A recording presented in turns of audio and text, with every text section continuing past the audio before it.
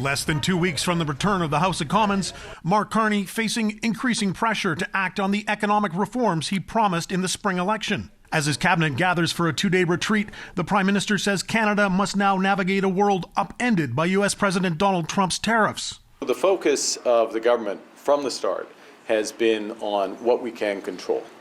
Can't necessarily control the U.S. trade actions, global developments, technology, but we can control how we build this economy here at home.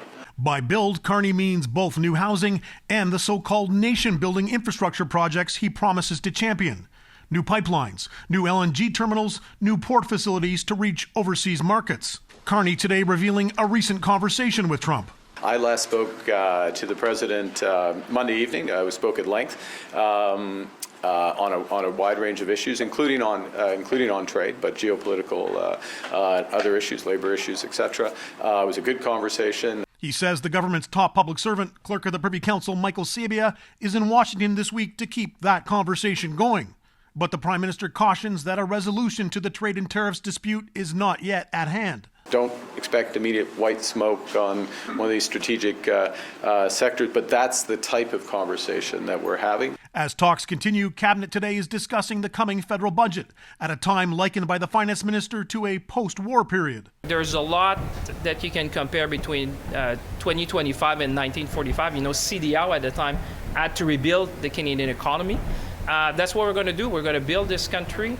We're going to defend our sovereignty. We're going to be there for workers and industry which have been affected with ambition, but also with fiscal discipline. Carney wants his ministers to rein in their rapidly growing departmental spending, cutting 15% over the next 3 years.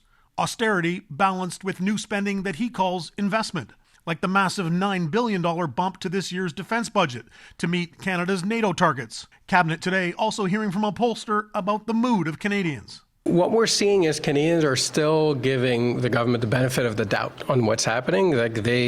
Will there be a trade agreement? Maybe, maybe not. They're a bit hesitant one way or the other. Mark Carney and his cabinet will be back here again tomorrow to discuss housing and affordability issues and to plan their legislative agenda for the return of Parliament on September 15th.